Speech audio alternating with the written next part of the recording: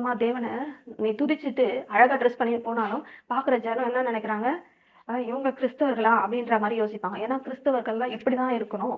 அப்படின்ற ஒரு mind set அவங்களுக்குள்ள இருக்கு. வெள்ள ட்ரெஸ் போட்டுன்னு எந்த நகையும் போடாம இருந்தா தான் கிறிஸ்தவர்கள் அப்படின்ற மாரி ஏற்படுத்தி வச்சிருக்கிறாங்க.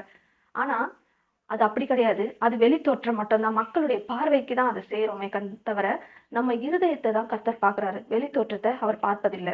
பரிசுத்த அலங்காரம்னா, நம்மளுடைய இருதயம் தான் பரிசுத்த அலங்காரத்தோட இருக்கணுமே தவிர, நம்மளுடைய தோற்றம் அல்ல. நம்மளுடைய தோற்றத்தினால எந்த பிரயோஜனமும் கிடையாது. யாரும் அத பார்த்து ன் எல்லாரும் வந்து அத பார்த்து வந்து மகிமைப்பட போறது கிடையாது. எல்லாரும் சந்தோஷப்பட போறது கிடையாது. ஆஹா! இவங்க வெள்ள துணி போட்டுருக்காங்க அப்டின்ட்டு. நம்ம வந்து தேவனை பிரியப்படுத்துகிறவர்களா இருக்கணுமே தவிர, மனுஷரை பிரியப்படுத்துகிறவர்களாக அல்ல. நம்ம ட்ரெஸ் மூலமாவும், நம்ம பேச்சு மூலமாவும் மனுஷரை பிரியப்படுத்துகிறவர்களாக இருக்கக்கூடாது. நம்ம இருதயத்தை பரிசுத்தத்தின் மூலம் கர்த்தரை பிரியப்படுத்துகிறவர்களாக இருக்கணும். அப்படி கேட்டா, உள்ளத்துல பாவமே பாவமே வராதா? பாவ சிந்தனையே வராதா? அப்படின்னு கேட்டா, வரும். நிச்சயமா பாவ சிந்தனைகள் ஒவ்வொருத்தருக்கும்